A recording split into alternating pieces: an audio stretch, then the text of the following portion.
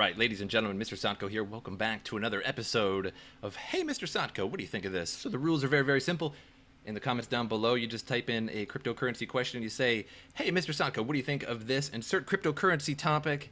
Could be an ICO, could be a new coin, could be something to do with mining, regulation, news, what have you.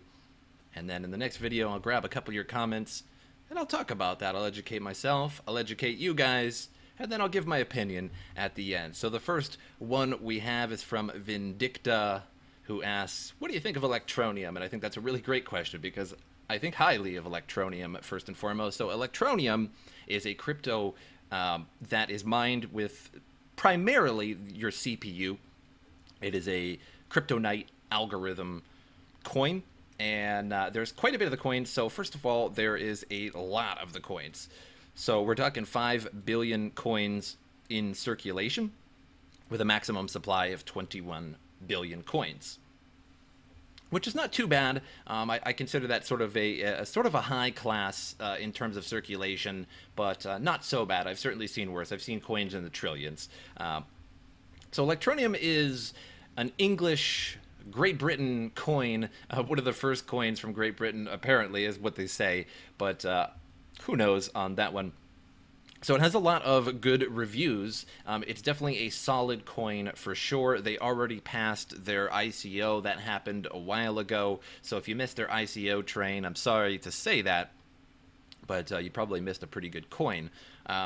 So there's not a lot to say about Electroneum, in that it's definitely a lot like Monero in that you mine it primarily with your CPU, but you can mine Kryptonite with GPUs, but let's just say, quite frankly, it's not so great. It's not particularly profitable. So with Kryptonite, the algorithm, it relies on your processor because your processor has L3 cache in it.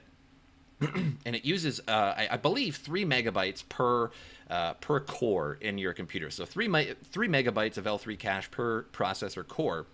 And if I'm wrong on that, please put that down in the comments below. I'm a little unsure about that. I've read that a couple times, but I can't quite verify on that. So the greater your processor's amount of core and the amount of L3 cache in your processor, meaning you're going to be able to mine Kryptonite algorithms even faster.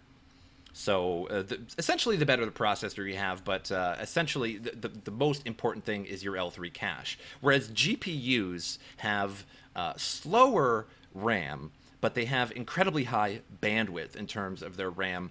Whereas a processor doesn't really have RAM, it has cache. And most GPUs require Most cryptos require a GPU because of the incredibly high bandwidth and high amount of RAM in the GPU. So it can do all kinds of functions, whereas the CPU is not so good at mining cryptocurrency, and that's why the Kryptonite algorithm came along and made that pretty good. So let's talk about Electroneum, and let's talk about the price, what it could be, and speculate on that a little bit. So with 5 billion coins currently in circulation, it's unlikely at the moment that Electroneum will go to $1. I kind of like to do what I call the $1 test with cryptocurrencies. So if you look up a new altcoin or something and you take a look at it and you see the price, ask yourself the question, can it make it to $1?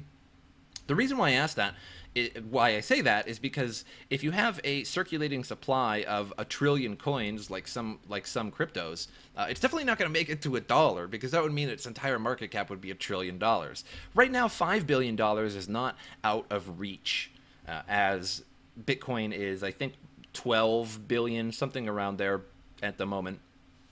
And so it's not entirely out of reach. However, I wouldn't say that Electroneum is that popular to actually get to $1.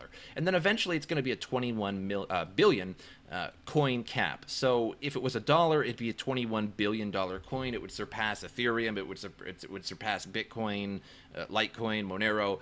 So I just don't think that's going to happen. But what is a good price for it? Well, at one point, a while back, it was, let's see if we can go ahead and pull this chart a little bit back. So it was a while ago that it was pretty high. So let's see what it was at. I can't even bring my cursor all the way over there. It was definitely over 15 cents for sure. It's down to 15 right now, and I can't seem to bring the cursor all the way up. No, actually it was pretty low because we're looking at the green line here. So at this point, it's actually at one of its highest points, 18 cents here. It once reached 19 cents. So not too bad at 15 cents right now.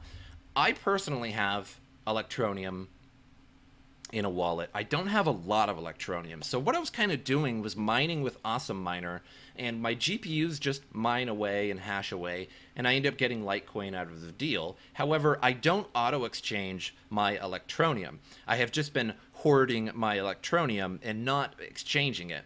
And I'm kind of waiting for it to go to 20, maybe 30 cents before I start selling them. I would like to have several hundred Electroneum at least before I actually begin to sell it. And even at 30 cents, that still wouldn't be that much money. I mean, we're talking 30, 40 bucks. So I would say that this coin at the moment is sort of a long-term holding situation. If you want to mine this, you're going to mine it very, very slowly, because even though it is designed to be mined on a CPU, CPUs still mine, regardless, pretty slow. So in terms of this coin, if it dropped to like 10 cents or 8 cents again, and even one point, let's see, it got down to 6 cents, that would have been an absolute steal at 6 cents. If I would have had a lot of money at the time, I would have probably bought a lot of Electroneum, because I knew the price would probably go up on this, because it is a fairly popular currency right now. It's sort of an alternative to Monero in terms of mining. It mines fairly quickly. So not too bad. Not too bad. And that's what I think about Electroneum. Let's move on. So our next question comes from the man himself, the communist, Stalin. And so I thought that this was a pretty good question. What do I think of BeanCash? So at one point, it was BitBean. And then they changed the name. At some point, when did they change the name? It was in September 17th, I believe, somewhere around here. So they changed the name of BeanCash, and it's a pretty small coin. We'll get rid of that. Don't need that up there. And right now, it's only at 1 cent. And at one point, it was much higher than that a little bit ago, I believe. Let's see, whenever my computer wants to get around it. No, for the most part, it's been holding steady at about 1.6 cents. So this is a very odd coin. It has a circulating supply of 2 billion, and it's only at 1 cent. So that leads me to believe that BeanCash could go up at some point. The only problem is what does BeanCash provide that some of the other cryptocurrencies don't? Well, first of all, it has a block size of 20 megabytes and a 60-second target block time. So a single confirmation can take as little as 20 seconds. And to do that, of course, with it only being about 1.6 cents per coin, it's going to be very, very cheap. You're going to pay you're probably going to pay a fraction of a penny or just pennies to transfer a lot of BeanCash around or pay for things with BeanCash. So it is an interesting coin, and it is at an interesting time as well. And the price has been holding pretty steady for a while. At one point, it was 2 cents a while back when it was a little bit more popular when it first came out. But that is very common with these altcoins, with these strange altcoins. A lot of times you'll see this price and this big boom, and then it'll just start going down. And that's because a lot of people just go around and they pump and dump, pump and dump, pump and dump these new coins that are coming out. Whenever there's an ICO, people buy a bunch of them, pump it up, and then just dump it off because they don't feel that it has any kind of intrinsic long-term value to them. But that leaves it at a point where it's very, very low and provides the buyer a very, very good deal at some point. So at 1.6 cents or 1.2 cents, wherever you can get it at, it would be a pretty ideal coin to sit and wait for at least a couple months and sell it for 4 cents instead of just buying it. So if you bought it at 1 cent, 1.6 cents, sold it for 4 cents, you know, maybe 3 times, upwards of 3 times your profit, that's not too bad at all. So dump a few bucks into it, wait a few months, a couple weeks maybe, depends, just keep checking the chart, and eventually you're going to come across a point where it's going to be double the price, maybe even upwards of triple the price, and then maybe toss it and sell it from there. I don't mean to, promote any kind of pump and dump. First of all, in the stock market, that's technically illegal, pump and dump groups. In the crypto world, it's not illegal, but I would say more immoral than legal. And the reason why I say that is because somebody worked really hard creating BeanCash or a group of team, and they worked really hard, right? This is the first point. And so you're just buying their product just to simply dump it and sell it and then burn off their price. That has a real psychological effect on the people who created BeanCash, in that or these altcoins, in that they worked really hard on it and they're really hoping it was going to go places and provide people a really great service.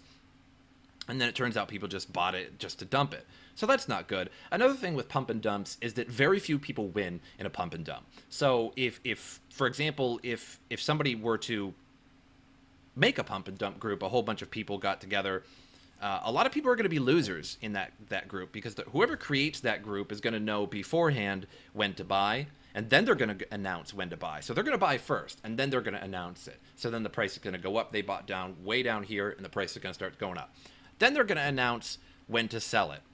But they already sold it before they announced when to sell it. So they're going to sell it at the very tippy top, and then everything else is going to go down from there. So there's going to be a lot of losers. And the losers are whoever bought it at the tippy top. Because people had to get it all the way up there, somebody had to buy it all the way up. And so all the people at the top, as soon as it starts going down, they're the losers. They're the ones who are going to lose a lot. And that's not really fair. That's not a really good thing. So when I'm talking about these altcoins, when I'm showing you guys these strange individual altcoins and talking about them in my episodes, don't really think that I'm talking about a pump and dump. I don't mean that. What I mean is that individually, if you bought something and then you sold it later at a higher price, fine. All the better to you. I mean, that's the way the world works. You can't get around that. That's not necessarily immoral. But for me to go on to YouTube and tell you guys, hey, I'm investing in this Bitcoin, or I'm investing in this crypto coin, rather, you guys should buy it. That means I already bought it. And then I could just tell you guys when to sell it. And that's not good. That's immoral. There's a lot of things out there, pump and dumps, that just aren't good for the community. It's not a good thing to do.